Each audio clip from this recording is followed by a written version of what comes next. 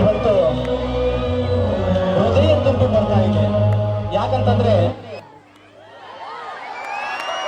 ಎಲ್ಲರಿಗೂ ಇವತ್ತು ಹೃದಯ ತುಂಬಿ ಬರ್ತಾ ಇದೆ.